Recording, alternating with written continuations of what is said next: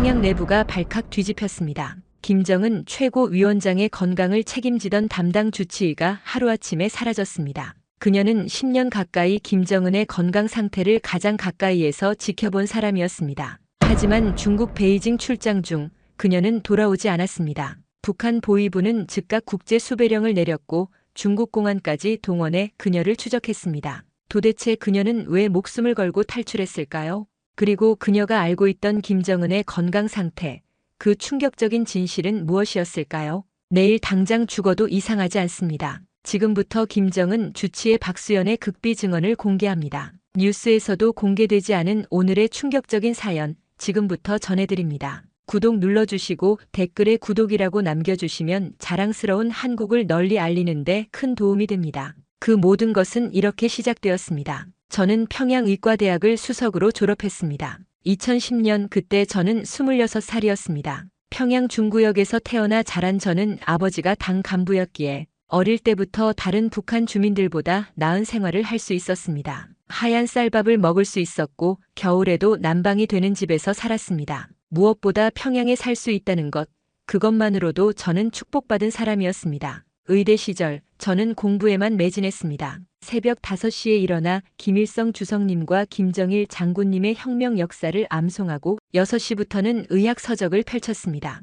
해부학, 생리학, 내과학 모든 과목에서 최고 점수를 받아야 했습니다. 왜냐하면 제가 꿈꾸는 것은 단순한 의사가 아니었으니까요. 저는 당 중앙의 특별 의료진이 되고 싶었습니다. 그곳에만 갈 수 있다면 최고의 의료 장비를 다룰 수 있고 해외 의학 자료도 볼 수 있다는 것을 알고 있었습니다. 졸업식 날 제 이름이 호명되었을 때 저는 떨리는 손으로 졸업장을 받았습니다. 그리고 바로 그날 오후 당 중앙위원회 보건부에서 연락이 왔습니다. 박수연 동무 특별의료진에 선발되었습니다. 내일 오전 9시까지 창광거리 제3병원으로 출근하시오. 제 인생에서 가장 영광스러운 순간이었습니다. 창광거리 제3병원, 그곳은 최고 위급 간부들만 치료받는 곳이었습니다. 일반 주민들은 이름조차 모르는 병원이었죠. 저는 그날 밤 한숨도 자지 못했습니다. 흥분과 긴장으로 가슴이 두근거렸습니다. 특별 의료진의 생활은 상상 이상이었습니다. 매일 아침 8시 하얀 가운을 입고 최첨단 의료 장비들 사이를 걸어다니는 제 모습이 자랑스러웠습니다.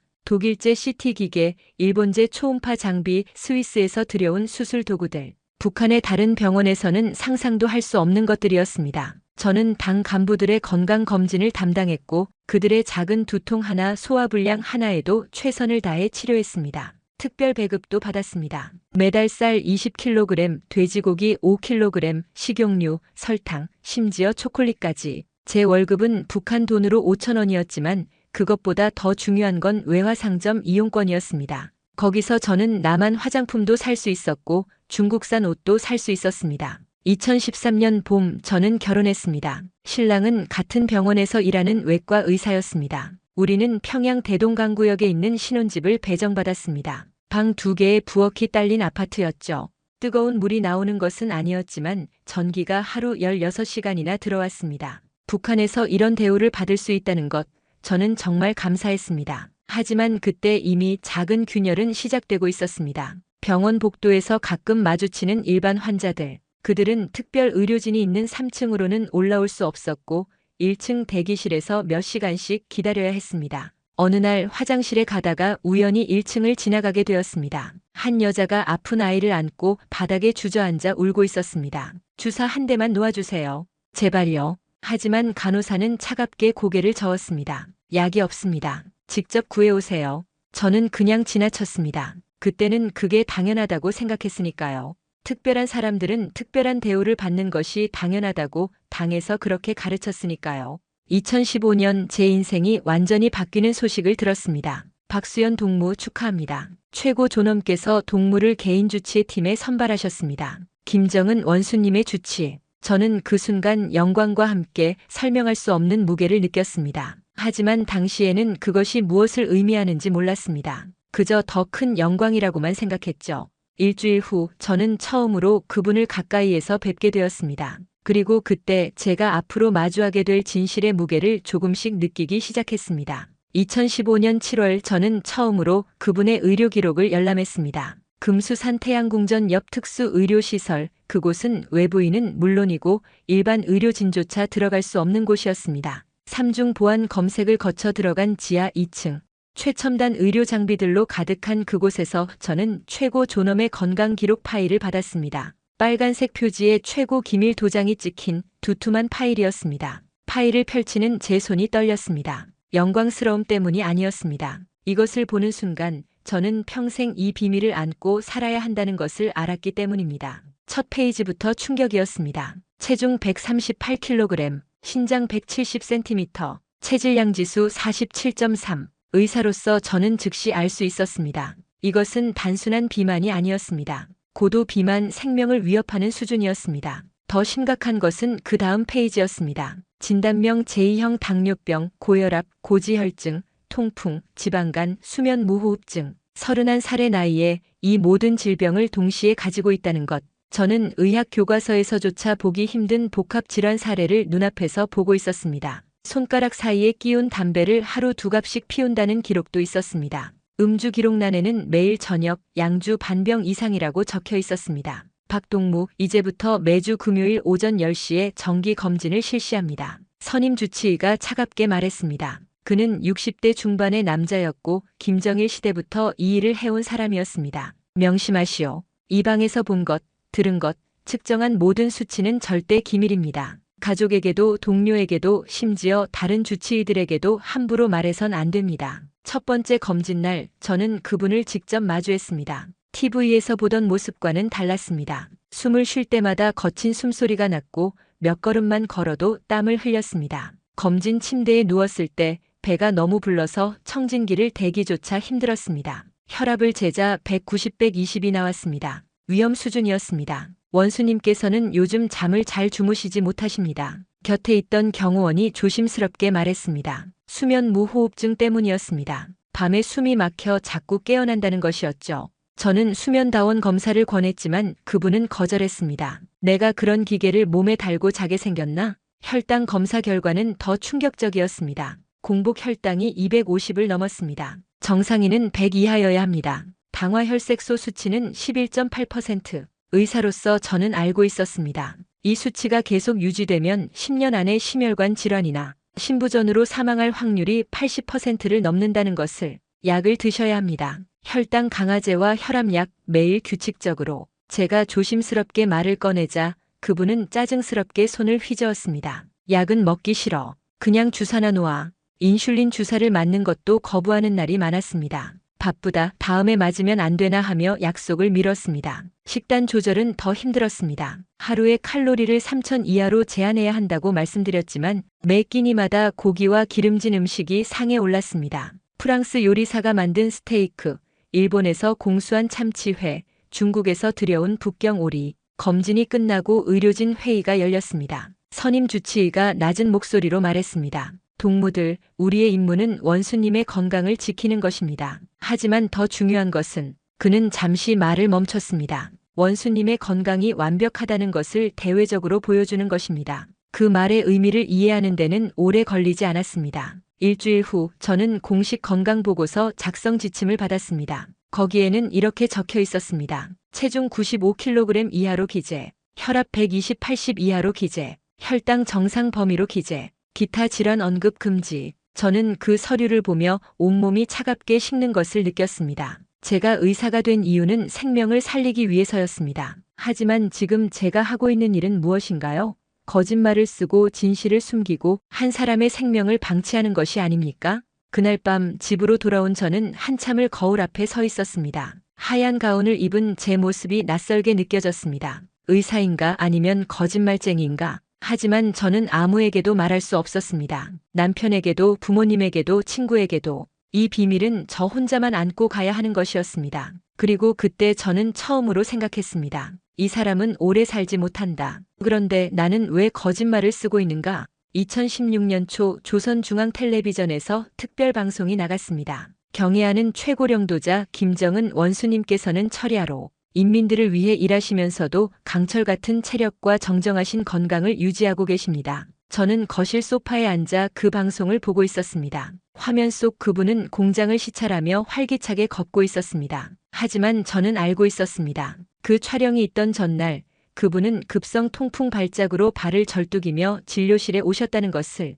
촬영 직전에 강력한 진통제와 소염제를 주사했다는 것을 남편이 옆에서 말했습니다. 역시 우리 원수님은 대단하셔. 저렇게 건강하시니 우리 조국의 미래도 밝은 거야. 저는 아무 말도 할 수 없었습니다. 그저 고개만 끄덕였습니다. 제 입에서 나올 수 있는 말은 모두 국가 기밀이었으니까요. 그해 4월 저는 주당 검진 횟수를 늘려야 한다고 건의했습니다. 그분의 혈당 수치가 계속 악화되고 있었고 발목이 자주 붓기 시작했습니다. 신장 기능이 나빠지고 있다는 신호였습니다. 박동무 검진을 자꾸 늘리면 원수님께서 불편해하십니다. 선임 주치의가 제 제안을 일축했습니다. 하지만 이대로 가면 심각한 합병증이. 동무는 의사요 아니면 정치 선동원이요?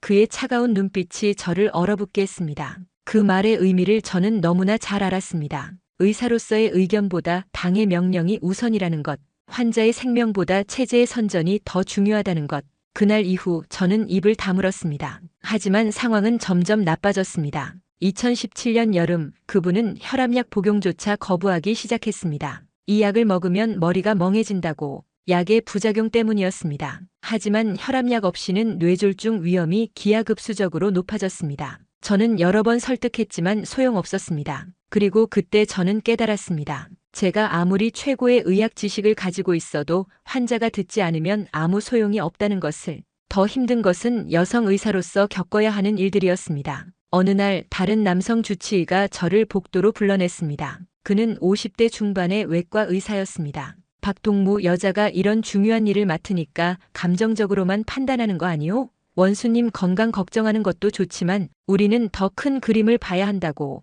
저는 분노가 치밀어 올랐지만 참았습니다. 제가 감정적으로 대응하면 그들의 말이 맞다는 것을 증명하는 꼴이 되니까요. 회의 시간에도 마찬가지였습니다. 제가 의견을 내면 남성 선배 의사들은 아직 경험이 부족해서 그래 하며 무시했습니다. 하지만 그들이 똑같은 말을 하면 역시 경험 많으신 선생님이라며 받아들여졌습니다. 가장 끔찍했던 것은 2018년 봄에 있었던 일입니다. 한 고위 간부가 검진을 받으러 왔습니다. 저는 평소처럼 청진기를 들고 진료실에 들어갔습니다. 그런데 그 사람이 갑자기 제 손목을 잡았습니다. 박 선생, 참 예쁘게 생겼네. 나이는 몇인가? 저는 깜짝 놀라 손을 뺐습니다. 진료에 집중해 주십시오.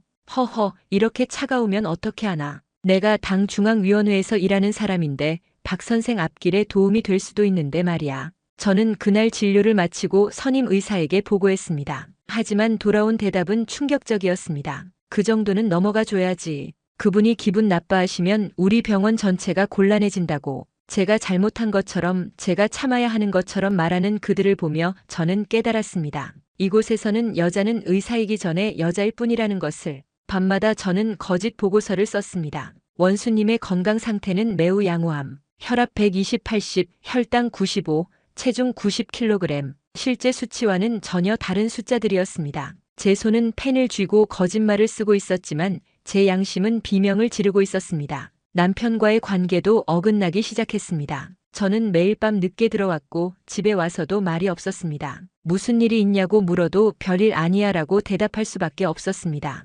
당신 요즘 이상해. 무슨 고민 있으면 말해봐. 하지만 저는 말할 수 없었습니다. 이 비밀을 누군가와 나누는 순간 그 사람도 위험에 빠뜨리는 것이니까요. 2019년 봄 저는 심각한 불면증에 시달리기 시작했습니다. 잠들면 악몽을 꾸었습니다. 제가 법정에 서 있고 판사가 소리쳤습니다. 박수연, 내가 거짓말을 해서 원수님께서 돌아가셨다. 그리고 총살 집행 명령이 떨어졌습니다. 악몽에서 깨어나면 온몸이 땀으로 젖어 있었습니다. 저는 거울을 보며 생각했습니다. 이게 제가 꿈꾸던 삶인가요? 최고의 의료진이 되어 생명을 살린다는 꿈. 그것은 어디로 갔나요? 지금 저는 생명을 살리는 게 아니라 거짓말로 한 사람의 죽음을 방조하고 있는 것 아닙니까? 그리고 더 무서운 생각이 들었습니다. 만약 그분이 정말로 돌아가신다면 그 책임은 누구에게 돌아갈까? 주치의인 나에게 돌아오지 않을까? 그때부터 저는 매일 두려움 속에서 살았습니다. 출근길에도 진료실에서도 집에 돌아와서도 언젠가 보이부 사람들이 저를 찾아와 끌고 가지 않을까? 정치범 수용소로 보내지지 않을까? 그 공포는 매일 밤 더 커졌습니다. 2020년 2월 제 동료 한 명이 사라졌습니다. 리처로 선생님, 50대 초반의 심장내과 전문의였습니다. 그는 저보다 10년 먼저 주치의 팀에 들어온 선배였고 가끔 복도에서 마주치면 따뜻하게 인사를 건네는 분이었습니다. 그날도 평소처럼 출근했는데 오전 10시쯤 갑자기 보이부 요원 3명이 진료실로 들어왔습니다. 리처로 동무 잠깐 나와보시오. 그는 하얀 가운을 벗지도 못한 채 끌려갔습니다. 그게 마지막이었습니다. 다음 날부터 그의 자리는 비어 있었고 아무도 그에 대해 입 밖에 내지 않았습니다. 일주일 후 다른 의사가 그 자리를 채웠습니다. 마치 리 선생님은 처음부터 존재하지 않았던 것처럼 저는 몰래 알아봤습니다. 그가 중국 출장 중에 한국 드라마 USB를 입수했다는 혐의였습니다. 그것만으로도 정치범 수용소 15년형이었습니다. 의사로서 20년을 일해온 사람의 인생이 단 한 개의 USB 때문에 끝나는 순간이었습니다. 그 일이 있고 한 달 후 또 다른 동료가 사라졌습니다. 최영숙 선생님 40대 후반의 산부인과 의사였습니다. 그녀는 제가 유일하게 마음을 터놓고 대화할 수 있는 여성 선배였습니다. 어느 날 점심시간 그녀가 조용히 제게 말했습니다. 수연아, 나 요즘 너무 힘들어. 이 거짓말을 언제까지 해야 하는지. 저는 깜짝 놀라 주위를 둘러봤습니다. 다행히 아무도 듣지 못했습니다. 선생님, 그런 말씀 조심하세요. 알아. 그래도 누군가한테는 말해야 미치지 않을 것 같아서. 일주일 후 최 선생님도 사라졌습니다. 이번에는 이유조차 알 수 없었습니다. 단지 소문만 돌았습니다. 나만 방송을 들었다더라. 탈북을 시도하려 했다더라. 어떤 것이 진실인지는 아무도 몰랐습니다. 저는 공포에 떨었습니다. 최 선생님과 대화를 나눈 것이 혹시 누군가에게 보고되지 않았을까? 저도 곧 끌려가는 것은 아닐까?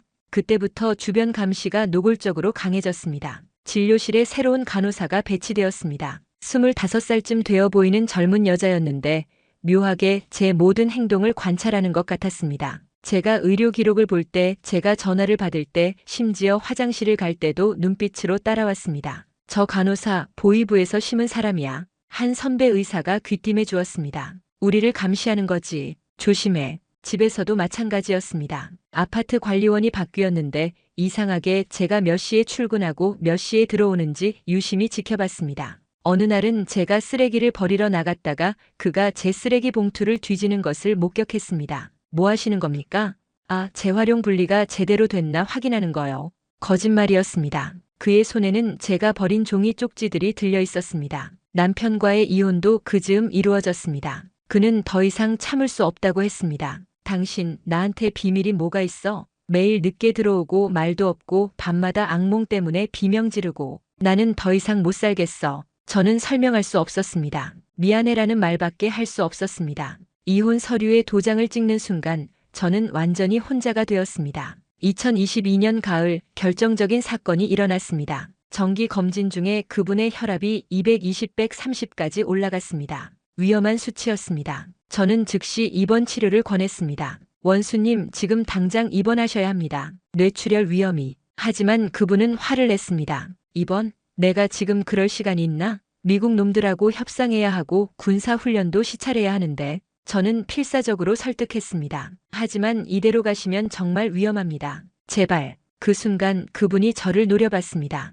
그 눈빛은 지금도 잊을 수 없습니다. 분노와 의심이 섞인 눈빛이었습니다. 박수연 동무, 혹시 나를 못 움직이게 만들려는 거 아니요? 나를 약하게 보이게 만들려는 거요? 저는 얼어붙었습니다. 아닙니다. 원수님의 건강을 위해서 나가보시오. 당장. 그날 밤 선임 주치의에게 전화가 왔습니다. 박동무, 원수님께서 당신을 못마땅해 하십니다. 당분간 검진팀에서 빠지시오. 제 심장이 멎는 것 같았습니다. 검진팀에서 빠진다는 것은 무엇을 의미하는가? 숙청의 전조인가? 그날 밤 저는 잠들지 못하고 창밖을 바라봤습니다. 평양의 불빛이 보였지만 제게는 감옥의 창살처럼 느껴졌습니다. 동료들이 하나둘씩 사라지고 이제 제 차례가 온 것 같았습니다. 새벽 4시 저는 마침내 결심했습니다. 이대로 죽을 수는 없다. 끌려가서 고문당하고 총살당할 수는 없다. 나는 아직 38살이다. 나는 살고 싶다. 그날부터 저는 탈출을 준비하기 시작했습니다. 물론 그것은 목숨을 건 도박이었습니다.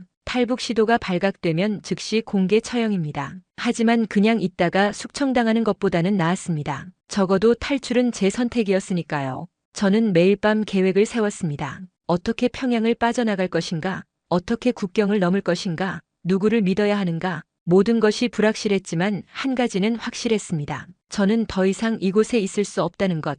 2023년 여름 기회가 왔습니다. 당 중앙위원회 보건부에서 중국 출장 명령이 떨어졌습니다. 베이징에서 열리는 국제의료기기 전시회에 참가해 최신 장비들을 조사하고 구매 목록을 작성하라는 임무였습니다. 검진팀에서 배제된 후 석 달 만에 받은 업무였습니다. 박수연 동무, 이번 출장은 당신에게 마지막 기회예요. 잘해야 다시 원수님 곁으로 돌아갈 수 있을 거요. 선임 의사의 말이었습니다. 하지만 저는 알고 있었습니다. 이것은 기회가 아니라 마지막 시험이라는 것을. 그리고 만약 제가 이 시험에서 실패하거나 조금이라도 의심스러운 행동을 한다면 돌아오는 길에 바로 정치범 수용소로 갈 것이라는 것을. 그렇다면 애초에 돌아오지 않으면 되는 것 아닙니까? 출장은 10월 15일부터 20일까지 6일간이었습니다. 저에게 주어진 시간은 단 6일. 그 안에 모든 것을 결정하고 실행해야 했습니다. 준비는 이미 되어 있었습니다. 몇 달 전부터 저는 조금씩 돈을 모았습니다.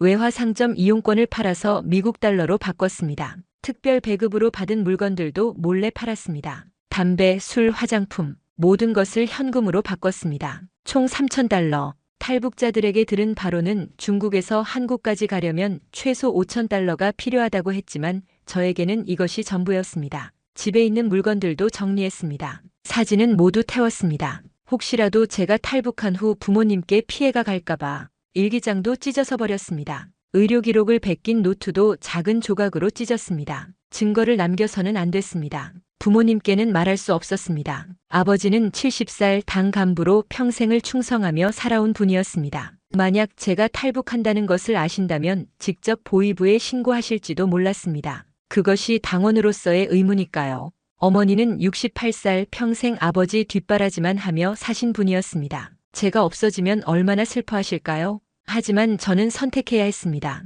부모님을 위해 남아서 죽을 것인가 아니면 저를 위해 떠나서 살 것인가. 저는 후자를 택했습니다. 이기적이라는 것을 알았습니다. 하지만 더 이상은 버틸 수 없었습니다. 출장 전날 밤 저는 마지막으로 부모님 집을 방문했습니다. 어머니, 저 중국 출장 다녀올게요. 그래, 조심해서 다녀와라. 중국 가면 좋은 건 많다며? 초콜릿 좀 사와. 네, 꼭 사올게요. 저는 어머니를 안았습니다. 어머니는 깜짝 놀라셨습니다. 평소에 저는 그런 스킨십을 하지 않았으니까요. 왜 그러니? 출장 다녀오는 것뿐인데. 그냥 사랑해요 어머니. 이 애가 갑자기 왜 이래. 얼른 가봐라. 그게 마지막이었습니다. 어머니의 따뜻한 품, 집에서 나는 된장찌개 냄새, 낡은 소파에 앉아 계시던 아버지의 모습. 저는 그것을 평생 기억하기로 했습니다. 10월 15일 아침 저는 평양 순안국제공항으로 향했습니다. 가방에는 옷 몇 벌과 세면도구 그리고 미국 달러 3,000불이 속옷 안에 숨겨져 있었습니다. 가방 안쪽에는 한국 대사관 주소가 적힌 작은 종이가 재봉틀로 꿰매어져 있었습니다. 그것은 제가 몇 달 전 중국인 의료기기 업체 직원에게서 몰래 받은 정보였습니다. 한국 사람들이 북한 사람 도와준다던데요. 베이징에 사무실 있다던데. 그 직원은 아무 말 없이 제게 작은 종이 쪽지를 건넸습니다. 거기에는 주소가 적혀 있었습니다. 그는 아마 제 눈빛을 읽었을 것입니다. 공항 보안 검색대를 통과할 때 제 심장은 터질 것 같았습니다. 가방 열어보시오. 보안 요원이 제 가방을 뒤졌습니다. 옷, 세면도구, 의료 서적 하나하나 꺼내서 확인했습니다. 속옷까지 만졌습니다. 하지만 돈을 발견하지는 못했습니다. 저는 돈을 생리대 안쪽에 숨겨두었으니까요. 남자 보안 요원은 거기까지는 확인하지 않았습니다. 통과. 저는 가까스로 한숨을 쉬었습니다. 비행기에 오르며 저는 창밖으로 평양을 내려다봤습니다. 대동강, 주체 사상탑, 만수대 언덕. 제가 태어나고 자란 도시였습니다. 저는 이 도시를 사랑했습니다. 하지만 이 도시는 저를 죽이려 하고 있었습니다. 비행기가 이륙했습니다. 창밖으로 평양이 점점 작아졌습니다. 그리고 저는 생각했습니다. 아마 다시는 이 땅을 밟지 못하겠지. 부모님을 다시 보지 못하겠지. 제 무덤도 이곳에는 없겠지. 하지만 저는 살고 싶었습니다. 의사로서가 아니라 거짓말쟁이로서가 아니라 그냥 한 명의 인간으로서 살고 싶었습니다. 제 생각을 자유롭게 말하고 제 양심에 따라 행동하고 두려움 없이 잠들고 싶었습니다. 비행기가 중국 영공으로 들어갔습니다. 저는 가방 안쪽에 숨긴 종이 쪽지를 손으로 만졌습니다. 그 작은 종이가 제 생명줄이었습니다. 그리고 저는 다짐했습니다. 베이징에 도착하면 저는 다시는 북한으로 돌아가지 않을 것이다. 베이징 서우두 국제공항 10월 15일 오후 2시. 비행기에서 내리는 순간 저는 북한 출장단 12명 중 한 명이었습니다. 단장은 당 중앙위원회 보건부 부부장, 나머지는 의사와 기술자들이었습니다. 그리고 2명의 보위부 요원이 우리를 감시하고 있었습니다. 동무들 절대로 단독 행동하지 마시오. 항상 2 이상이 함께 다니시오. 중국 공안도 우리를 주시하고 있으니 조심하시오. 단장의 경고였습니다. 사실상 탈북 방지 명령이었습니다. 우리는 베이징 조선인민공화국 대사관 근처 호텔에 배정되었습니다. 방은 2인 1실, 저는 간호사 1명과 같은 방을 써야 했습니다. 감시를 위한 배치였습니다. 첫날 밤 저는 잠들지 못하고 계획을 세웠습니다. 룸메이트 간호사는 깊이 잠들어 있었습니다. 저는 화장실에 가는 척하며 가방에서 종이 쪽지를 꺼냈습니다. 한국 대사관 영사부 마이너스 베이징시 차오양구 주소를 외웠습니다. 그리고 종이는 찢어서 변기에 흘려보냈습니다. 증거를 남겨서는 안 됐습니다. 이틀째 되는 날 기회가 왔습니다. 국제의료기기 전시회장에서였습니다. 전시장은 넓었고 사람들이 많았습니다. 저는 독일 업체 부스를 구경하는 척하며 슬슬 무리에서 벗어났습니다. 보위부 요원이 잠깐 다른 곳을 보는 사이 저는 화장실로 향했습니다. 화장실에서 저는 가방에서 모자와 선글라스를 꺼내 썼습니다. 그리고 하얀 블라우스 위에 검은색 재킷을 걸쳤습니다. 외모를 바꾸는 것이었습니다. 전시장 뒷문으로 나왔습니다. 심장이 미친 듯이 뛰었습니다. 이제 돌아갈 수 없었습니다. 한 걸음 한 걸음이 생사의 갈림길이었습니다. 택시를 잡았습니다. 차오양구로 가주세요. 운전사는 중국어로 뭐라고 물었지만 저는 알아들을 수 없었습니다. 저는 미리 준비한 중국어 문장을 읽었습니다. 한국 대사관, 가주세요. 운전사가 고개를 끄덕이며 출발했습니다. 택시 안에서 30분이 지옥 같았습니다. 뒤에서 누가 쫓아오는 것 같았습니다. 사이렌 소리만 들려도 심장이 멎는 것 같았습니다. 저는 계속 뒤를 돌아봤습니다. 하지만 아무도 없었습니다. 도착했습니다. 운전사가 차를 세웠습니다. 저는 달러 50불을 건넸습니다. 운전사는 신기한 듯 저를 쳐다봤지만 아무 말 없이 돈을 받았습니다. 건물 밖으로 나왔을 때 저는 멈칫했습니다. 한국 대사관, 거대한 태극기가 바람에 펄럭이고 있었습니다. 저는 평생 그 깃발을 적의 상징으로 배웠습니다. 미제괴뢰, 남조선 집단. 하지만 지금 그 깃발은 저에게 유일한 희망이었습니다. 입구로 걸어갔습니다. 중국 경비원이 제 앞을 막아섰습니다. 무슨 일이요? 저는 떨리는 목소리로 말했습니다. 저는 북한에서 왔습니다. 도와주세요. 경비원의 표정이 변했습니다. 그는 무전기로 뭔가 말했고 곧 한국 사람으로 보이는 남자가 나왔습니다. 저쪽으로 오세요. 빨리요. 그는 저를 급히 건물 안으로 데려갔습니다. 문이 닫히는 순간 저는 비로소 안도의 한숨을 쉬었습니다. 이름이 어떻게 되세요? 박수연입니다. 북한 어디에서 오셨어요? 평양입니다. 저는 김정은의 주치의였습니다. 그 말을 듣는 순간 사무실에 있던 사람들이 모두 저를 쳐다봤습니다. 다음 몇 시간은 신문과 조사의 연속이었습니다. 제 신분을 증명해야 했습니다. 의사 면허증, 특별 의료진 배지, 출장 증명서, 모든 것을 보여줬습니다. 그들은 제게 김정은의 건강 상태에 대해 물었습니다. 정말로 그렇게 심각합니까? 네, 심각합니다. 언제 쓰러져도 이상하지 않을 정도입니다. 그들은 서로 눈빛을 교환했습니다. 박수연 씨, 지금부터 당신은 이곳에 머물러야 합니다. 중국 공안이 당신을 찾을 것이고 북한 대사관에서도 찾을 겁니다. 절대 밖으로 나가면 안 됩니다. 저는 그날부터 대사관 내부의 작은 방에 갇혀 지냈습니다. 4층짜리 건물의 3층, 창문도 없는 작은 방이었습니다. 침대와 책상, 작은 화장실이 전부였습니다. 하지만 저는 감사했습니다. 적어도 여기는 총살장이 아니었으니까요. 며칠 후 소식이 들려왔습니다. 북한 대사관에서 당신을 찾고 있습니다. 출장단이 전부 귀국했지만 당신만 사라졌다고 합니다. 중국 공안도 수색 중입니다. 제 심장이 다시 뛰기 시작했습니다. 과연 여기가 안전한가? 중국 공안이 이곳을 수색하면 어떻게 되는가? 걱정 마세요. 여기는 한국 영토입니다. 중국 공안도 함부로 들어올 수 없어요. 하지만 밤마다 저는 악몽을 꿨습니다. 중국 공안이 문을 부수고 들어와 저를 끌고 가는 꿈, 북한으로 송환되어 공개 처형당하는 꿈. 2주일이 지났습니다. 박수연 씨, 이제 당신을 제3국으로 보내야 합니다. 중국에서는 더 이상 안전하지 않습니다. 제3국이요? 네, 동남아시아 국가를 거쳐서 한국으로 가는 겁니다. 위험하지만 유일한 방법입니다. 저는 고개를 끄덕였습니다. 어차피 여기까지 온 것, 끝까지 가야 했습니다. 3일 후 새벽 저는 가짜 여권과 비행기 표를 받았습니다. 이제부터 당신은 중국 국적의 리메이입니다. 이 여권으로 태국 방콕까지 가세요.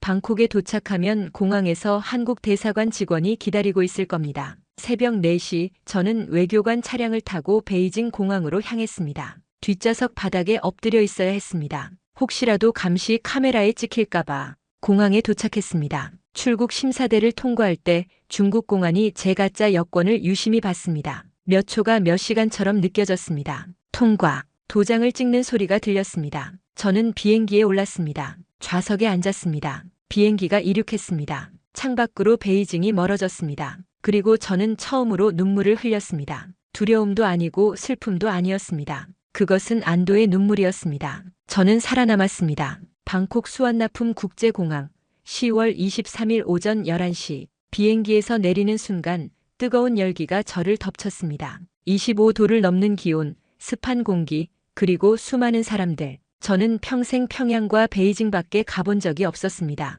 이곳은 완전히 다른 세상이었습니다. 입국 심사대에서 또다시 긴장했습니다. 중국 여권으로 태국에 입국하는 것, 과연 문제가 없을까? 여행 목적이 뭡니까?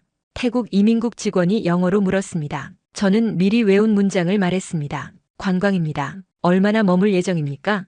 일주일입니다. 도장을 찍는 소리. 저는 통과했습니다. 공항 출구로 나왔을 때 한국 이름이 적힌 종이를 든 남자가 서 있었습니다. 하지만 제 이름이 아니었습니다. 다른 사람 이름이었습니다. 저는 당황했습니다. 약속된 사람이 아닌가? 아니면 잘못 온 것인가? 1시간을 기다렸지만 아무도 나타나지 않았습니다. 저는 공중전화로 베이징 대사관에서 받은 전화번호로 전화를 걸었습니다. 하지만 연결되지 않았습니다. 다시 걸었습니다. 여전히 연결되지 않았습니다. 공포가 밀려왔습니다. 나는 지금 태국 한복판에 홀로 남겨진 것인가? 공항 벤치에 앉아 2시간을 기다렸습니다. 그때 한국어로 말하는 사람들이 지나갔습니다. 관광객처럼 보였습니다. 저는 용기를 내어 다가갔습니다. 저기 실례지만 그들이 저를 쳐다봤습니다. 혹시 한국 대사관이 어디 있는지 아세요? 한국 대사관요? 와이어리스 로드에 있는데 택시 타고 30분 정도 걸릴 거예요. 근데 무슨 일 있으세요? 아니에요, 괜찮아요. 감사합니다. 저는 공항 택시를 탔습니다. 가진 돈은 2,900달러. 베이징에서 택시비와 밥값으로 100달러를 썼습니다. 조금씩 줄어드는 돈이 불안했습니다. 한국 대사관에 도착했습니다. 경비원에게 설명했습니다. 저는 북한에서 온 탈북자입니다. 그들은 저를 안으로 안내했고 영사를 만날 수 있었습니다. 박수연 씨 맞으시죠? 죄송합니다. 담당자가 교통사고로 병원에 입원해서 연락이 안 됐었습니다. 저는 안도의 한숨을 쉬었습니다. 버려진 것이 아니었습니다. 이제부터는 저희가 책임지고 모시겠습니다. 하지만 조금 복잡한 상황입니다. 무슨 상황입니까? 중국 정부가 박수연 씨를 찾고 있습니다. 국제 수배령이 내려졌어요. 김정은 주치의가 탈북했다는 것이 알려지면서 큰 파장이 일고 있습니다. 태국 정부도 압력을 받고 있고요. 제 심장이 다시 뛰기 시작했습니다. 그럼 저는 어떻게 되는 겁니까?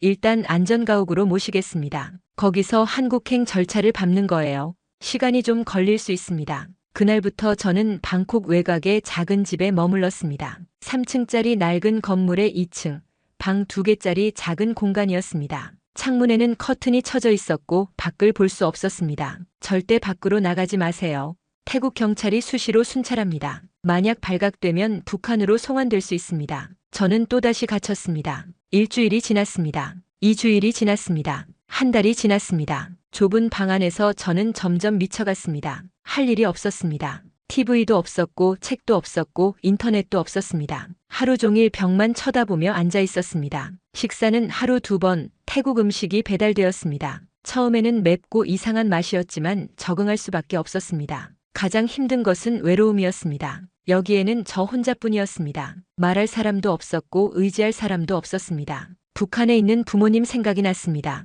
지금쯤 저 때문에 조사를 받고 계실까요? 아니면 이미 수용소로 끌려가셨을까요? 밤마다 울었습니다. 조용히 소리 없이 울었습니다. 그러던 어느 날 위험한 순간이 왔습니다. 새벽 3시 갑자기 문 두드리는 소리가 들렸습니다. 경찰입니다. 문 열어주세요. 저는 얼어붙었습니다. 태국 경찰인가? 아니면 중국 공안인가? 문을 열지 않았습니다. 조용히 숨었습니다. 아무도 없나 봅니다. 그들은 10분 정도 더 두드리다가 떠났습니다. 다음 날 아침 대사관 직원이 와서 설명했습니다. 어젯밤에 신고가 들어왔대요. 불법 체류자가 있다고. 다행히 문을 안 열어서 넘어갔지만 이제 더 이상 여기는 안전하지 않습니다. 그럼 어떻게 합니까? 다른 곳으로 옮겨야 합니다. 오늘 밤에 이동할 겁니다. 밤 10시 저는 검은색 차량에 실려 또 다른 안전가옥으로 옮겨졌습니다. 이번에는 방콕 중심가의 작은 아파트였습니다. 조금 더 나은 환경이었지만 여전히 갇힌 생활이었습니다. 11월 중순 마침내 소식이 왔습니다. 박수연 씨 한국행 비행기 표가 나왔습니다. 11월 25일 출발입니다. 정말입니까? 네, 이제 일주일만 더 기다리세요. 그 일주일이 가장 길었습니다. 매 순간이 불안했습니다. 혹시라도 마지막 순간에 문제가 생기는 것은 아닐까? 공항에서 붙잡히는 것은 아닐까? 11월 24일 밤 저는 짐을 쌌습니다. 가진 것이라고는 옷 몇 벌과 북한에서 가져온 의사 면허증뿐이었습니다. 그리고 남은 돈 2,300달러. 11월 25일 새벽 공항으로 향했습니다. 출국 심사대를 통과했습니다. 비행기에 올랐습니다. 좌석 벨트를 맸습니다. 비행기가 활주로를 달렸습니다. 속도가 붙었습니다. 그리고 하늘로 떠올랐습니다. 창밖으로 방콕이 멀어졌습니다. 저는 두 손을 모았습니다. 종교가 없는 저였지만 그 순간만큼은 신에게 기도했습니다. 제발 무사히 도착하게 해주세요. 비행시간 5시간. 제 인생에서 가장 긴 5시간이었습니다. 그리고 마침내 기내 방송이 들렸습니다. 곧 인천국제공항에 착륙하겠습니다. 인천, 대한민국, 자유. 저는 눈물을 흘렸습니다.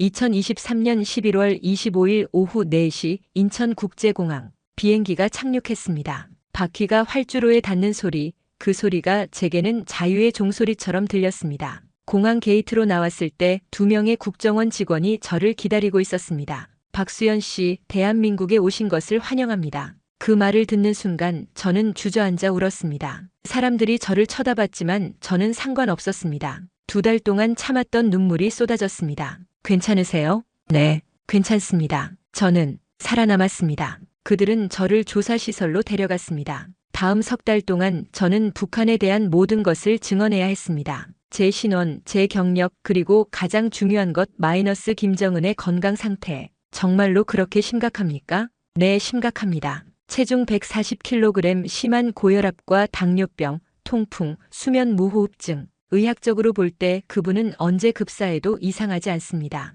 구체적인 수치를 말씀해 주실 수 있나요? 저는 기억나는 모든 것을 말했습니다. 혈압 수치, 혈당 수치, 처방한 약물들, 거부한 치료들. 10년 가까이 기록한 의료 데이터들이 제 머릿속에 있었습니다. 이 정보는 매우 중요합니다. 박수연 씨의 증언이 한반도 정세에 큰 영향을 미칠 수 있습니다. 조사가 끝난 후 저는 하나원으로 갔습니다. 하나원, 북한 이탈 주민 정착 지원 시설. 거기서 저는 석 달 동안 한국 사회 적응 교육을 받았습니다. 민주주의, 자본주의, 법률, 금융, 취업. 모든 것이 새로웠습니다. 가장 충격적이었던 것은 자유였습니다. 하나원에서 나온 첫날, 저는 서울 거리를 걸었습니다. 강남역 근처였습니다. 수많은 사람들, 화려한 간판들, 자유롭게 오가는 차들. 그리고 무엇보다 아무도 저를 감시하지 않는다는 것. 저는 편의점에 들어갔습니다. 24시간 운영하는 편의점. 밤 10시에도 문을 열고 누구든지 들어가서 원하는 것을 살 수 있는 곳. 북한에서는 상상도 할 수 없는 일이었습니다. 어서 오세요. 점원이 밝게 인사했습니다. 저는 멍하니 진열대를 보았습니다. 수백 가지 상품들, 초콜릿, 과자, 음료수, 라면. 선택지가 너무 많아서 어떻게 해야 할지 몰랐습니다. 도와드릴까요? 아니요, 괜찮습니다. 저는 삼각김밥 하나를 집었습니다. 1,500원. 제가 가진 정착금 통장에는 정부 지원금이 들어있었지만 여전히 돈 쓰는 것이 무서웠습니다. 편의점을 나와 벤치에 앉아 삼각김밥을 먹었습니다. 그리고 울었습니다. 이렇게 자유롭게 아무도 감시하지 않는 곳에서 제가 원하는 것을 먹을 수 있다는 것, 그것이 얼마나 큰 자유인지 그때 처음 알았습니다. 정착 과정은 쉽지 않았습니다. 아파트를 구했습니다. 서울 외곽의 작은 원룸이었습니다. 6평짜리 작은 공간이었지만 제게는 궁전 같았습니다. 제 공간, 제 집, 아무도 침범할 수 없는 곳, 취업도 해야 했습니다. 북한에서 10년 가까이 의사로 일했지만 한국에서는 면허가 인정되지 않았습니다. 다시 시험을 봐야 했습니다.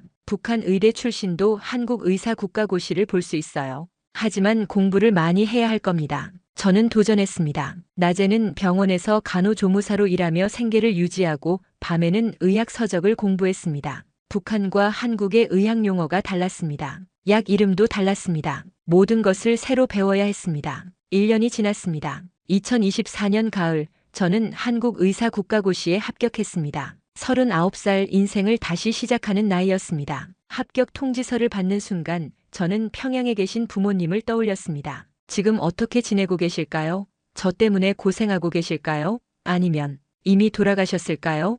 연락할 방법이 없었습니다. 북한에 전화할 수도 편지를 보낼 수도 없었습니다. 그저 멀리서 무사하시기를 빌 뿐이었습니다. 2025년 저는 작은 병원에 취직했습니다. 첫 출근 날 하얀 가운을 입었습니다. 다시 의사가 된 것입니다. 하지만 이번에는 달랐습니다. 거짓말을 쓰지 않아도 되는 의사, 양심에 따라 진료할 수 있는 의사, 환자의 생명을 최우선으로 생각할 수 있는 의사. 첫 환자를 진료했습니다. 60대 여성 당뇨병 환자였습니다. 선생님, 제 혈당이 높다는데 어떻게 해야 하나요?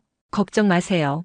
약도 드리고 식단 조절도 도와드릴게요. 정기적으로 검진 받으시면 충분히 관리할 수 있습니다. 그 말을 하는 순간 저는 깨달았습니다. 이것이 제가 의사가 되고 싶었던 이유라는 것을. 환자를 돕는 것, 생명을 살리는 것, 진실을 말하는 것. 지금 2025년 11월, 저는 여전히 서울에서 의사로 일하고 있습니다. 작은 병원이지만 저는 행복합니다. 매일 아침 눈을 뜰 때 자유롭게 숨 쉴 수 있다는 것에 감사합니다. 가끔 악몽을 꿉니다. 다시 북한으로 끌려가는 꿈, 보위부에 붙잡히는 꿈. 하지만 깨어나면 제 작은 원룸입니다. 창문을 열면 서울의 아침 공기가 들어옵니다. 저는 세상에 말하고 싶습니다. 김정은의 건강은 심각합니다. 북한 선전과는 달리 그는 언제 쓰러져도 이상하지 않은 상태입니다. 하지만 북한 주민들은 이 사실을 모릅니다. 계속 거짓말을 듣고 있습니다. 그리고 북한에 남아있는 제 동료 의사들에게 말하고 싶습니다. 여러분은 잘못하지 않았습니다. 거짓말을 강요받는 것은 여러분의 잘못이 아닙니다. 언젠가 진실이 밝혀질 날이 올 것입니다. 북한 주민들에게도 말하고 싶습니다. 자유는 존재합니다. 여러분도 이곳에 올 수 있습니다. 위험하고 어렵지만 불가능하지 않습니다. 마지막으로 한국 사람들에게 감사합니다. 저 같은 탈북자를 받아주고 정착할 수 있게 도와주셔서 감사합니다. 때로는 차별도 있고 어려움도 있지만 그래도 여기는 자유가 있습니다. 그것만으로도 충분합니다. 저는 박수연입니다. 북한에서 온 의사입니다. 김정은의 주치의였던 사람입니다. 그리고 지금은 자유로운 대한민국의 의사입니다. 여러분, 자유를 당연하게 여기지 마세요. 자유는 공짜가 아닙니다. 수많은 사람들이 자유를 위해 목숨을 걸었습니다. 저도 그중 한 명입니다. 부디 자유를 소중히 여기세요. 그리고 북한에 남아있는 2,500만 명의 동포들을 기억해 주세요. 언젠가 그들도 자유를 누릴 수 있는 날이 오기를 꿈꿉니다. 감사합니다.